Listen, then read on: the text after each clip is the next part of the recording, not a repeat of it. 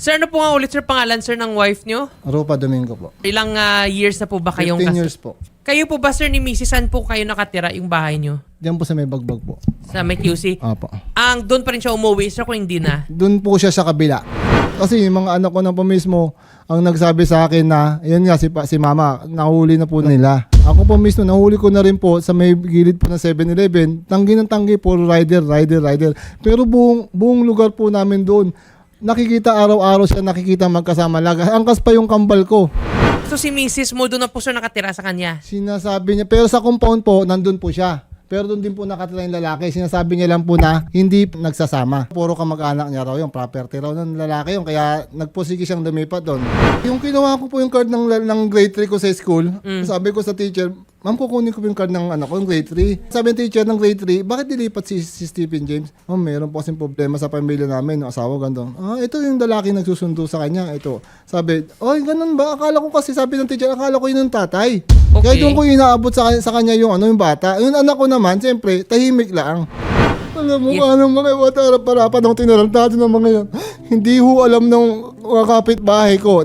Ang sabi ng kapitbahay ko, kuya, tagal-tagal, hindi mo nalalaman yan. Hindi ko naman ho kasi siya pag-iisipan ng masama. Kasi nga, ang dami namin anak, magagano pa siya. Hello po, Ma'am Rufa. Magandang hapon po. Ano po ba yung nag-cause nito, ma'am? Or ano po yung reason, ma'am? Bakit, ma'am, nga nang lalaki ka, ma'am? Ay, actually po, attorney, hindi naman po the way na nanlalaki po yan. Attorney, yan po yung sinasabi po niya is rider po yan. Yung pong kasagsagan po ng election. Yan po is ginawa ko siyang rider. So, yan po is nagbibigyan po sila ng 1,000 per gasolina. Nagtatanaw lang po ng utang na loob yung tao na yan. So, yan po is ginamit ko po para maging home service Sino po po ng si mga bata Tamungol? in school. Diyan lang din po yan. Sa TikTok lang din po. Okay, TikTok. Pero may pag-good night Opo. po, mahal ko, no? Mahal na mahal kita bawat segundo ng buhay ko. Bakit ganito po yung mga usapan ninyo kung rider lang to? Tapos tawag sa kayo, asawa ko. No, medyo may iba yata, ma'am, yung relasyon ninyo, ma'am. Hindi lang po. Tapos ayun po, ma'am, may nahuli pang picture. Ngayon po, ma'am, ito pa, no? Ang mga neighbors ninyo dun sa may barangay Bagbag po ba? No, dami nakita Yes, po, po. ma'am, na iba po yung kinakasama nyo sa bahay, hindi po si Sir Michael. And yung anak niyo mismo, ma'am, na trauma na po siya. Kasi may sumusundo sa kanya, all the while akala po ng teacher nga tatay niya. Ngayon pumunta po si Sir Michael doon sa Yes, school. po. And tinanong ng teacher, nagulat din si Sir Michael kasi sabi ng teacher, ay akala ko po, sir, kayo yun. Kayo po yung tatay nga sumusundo. Hindi pala. Sir, yan sa dating na po na yan, attorney, no? Yung rider po na yan is school service po. Inuutosan ko po yan kumuha ng Hindi libro school ng mga service yan. bata. Ito po yung si Tamungol, ma'am. Yan po, inuutosan ko po Ayan siya po, para ayan kumuha po. po At ng least, ma'am, mga galing Mamin sa'yo, po. ma'am. Ikaw nag-confirm mo si Tamungol po yung rider na to. Ito yung chat nyo yata, Tamungol, na may mga asawa ko, mahal na mahal kita, no? Medyo iba yata ang relasyon ninyo ng school rider na sinasabi nyo. Tapos ito pa, ma'am, nevertheless po, may gusto lang po muna, no, kausapin ka ni Sir Michael kasi gusto ka kumprontahin. Pero, for an overview lang po, dahil po sa ginagawa ninyo, ma'am, ang alam mo na makasal ka, you should have been a role model po sa inyong mga anak. Ilan pong anak ninyo? 6 na. Anim po. Ito Diba? po yung anak niya. Yung una mong anak, inadapt na nga ni Sir Michael. Minahal niya bilang anak niya. Pero nagawa mo pa rin sa kanya nga lokohin siya. 'Di ba? So, pangit po yan sa ma'am sa bilang Filipino values and as a Filipino family. So, pwede ka talaga masampa ng kaso, ma'am, no? Aside sa adultery, pwede mo masampa ang kaso ng 9262. Grabing psychological violence, ma'am, nga na feel po ng inyong mga anak.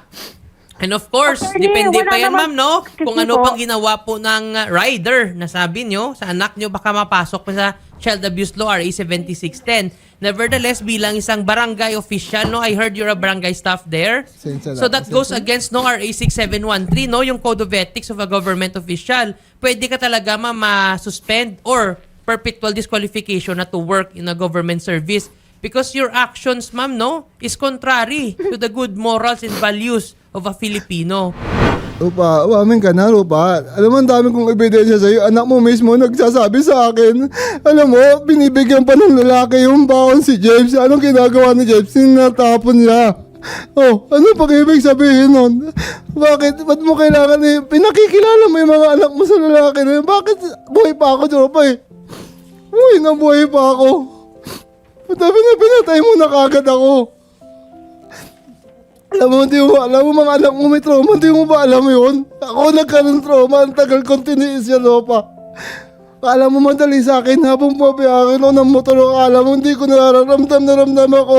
Dahil habang mabiyahe ko tumutulong, maagos ang luha ko. Pagdating sa trabaho, aagos pa rin ang luha ko, tatawag ko sa mga anak ko. Oh, Lahat na lang pinagbibintangan mong lalaki. Lahat Ngayon na- pati yung rider na sasabihin mo, lalaki. lahat na lang, Diba? Ropa, nakita ng mga tao dun sa labas. Hindi, sasabihin mo yung mga bata, ikaw ang nagtotorture sa mga bata. Ultimo sa pag-iisip ng mga bata. Ultimo toda ng Sasabihin mo, seminaryo, hindi. alam na alam Huwag ginawa kang mo, Ropa. Masyado kang ang sasabihin mo kinakasama. Paano kung kinakasama yan? Eh, ang kasama ko sa bahay na inuupahan ko, yung dalaga mo. Huwag ka nang At yung huwag ka kambal. Ano magsinungaling, sasabihin mo? Ropa.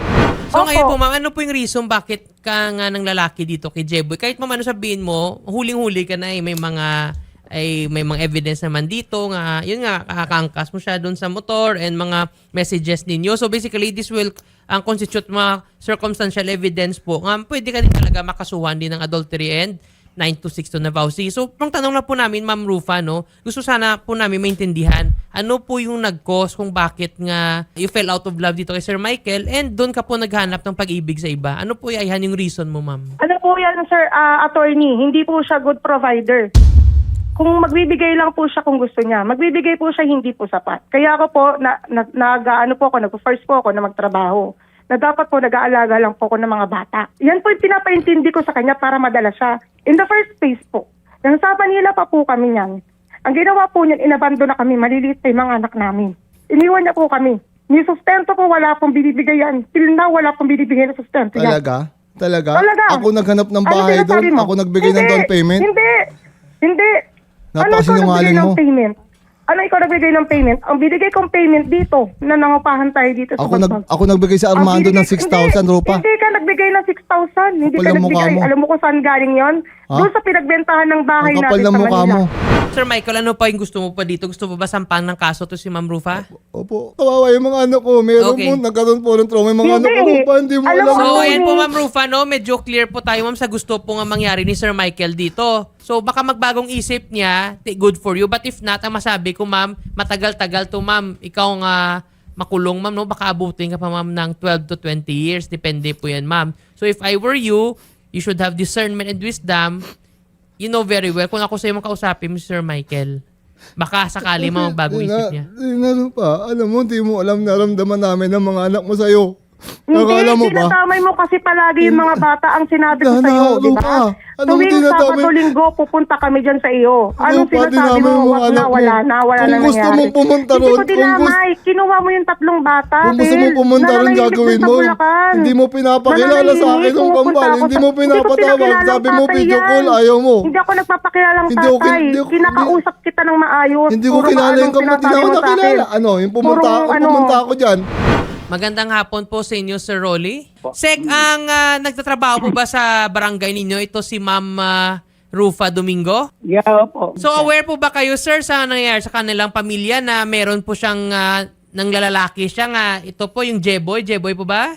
Wala po akong alam tungkol doon. Alam po ng mga barangay yan kasi araw-araw po nila nakikita yan. So may sumusundo po, sir, sa kay Ma'am Rufa? Si Kagawad ang Ako bita. kasi pagdating ng 5, aalis na ako. Nihatid rin ako sa Okay, ganito po, bahay Sir ko. Rolly, no? Ang masabi lang po namin, no? So, magsasampa po ng kaso to, yung husband laban dito sa asawa kay Ma'am Rufa. Ngayon po, pag napatunayan po to yung adultery at saka yung 9262 and possibly 7610, may katumbas nito, sir, na parusa, sir, no? Galing sa barangay nga either sir i-suspend nyo or i-terminate nyo, sir, itong si Ma'am Yung Rufa kasi it administrative goes aspect, against no, oo. RA 6713, no? Yung Code of Ethics for Government Officials, no? Opo, administrative aspect ko. Yes, because that's gross immoral conduct no yung ginagawa, sir. Nga, kahit sir sabi pa personal life, but remember, we are government officials here. No, Opo, whatever we do, opo. privately or publicly, in or out of our offices, we should remain and do it with integrity. Opo, So, hindi may mo pwede ethics sabihin sa akin, committee po Sir kami. Oli, nga private life niya,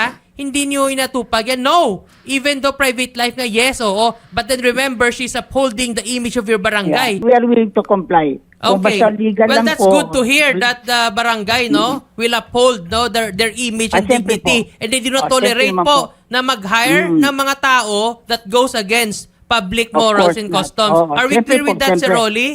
Okay, po. buti nagkaintindihan tayo. Maraming salamat po. So, ayan Wala lang po, sir, no? Samahan po kayo namin, no? Ng team po ng Wanted sa radyo, pati na po yung mga staff ni Sen. Rafi. Mag-file na po tayo, sir, ng kaso laban dito sa asawa ninyo. So, tutulungan po kayo namin, sir. We will coordinate it first with the PNP and then po sa fiscal. Sige po. Salamat po. Okay.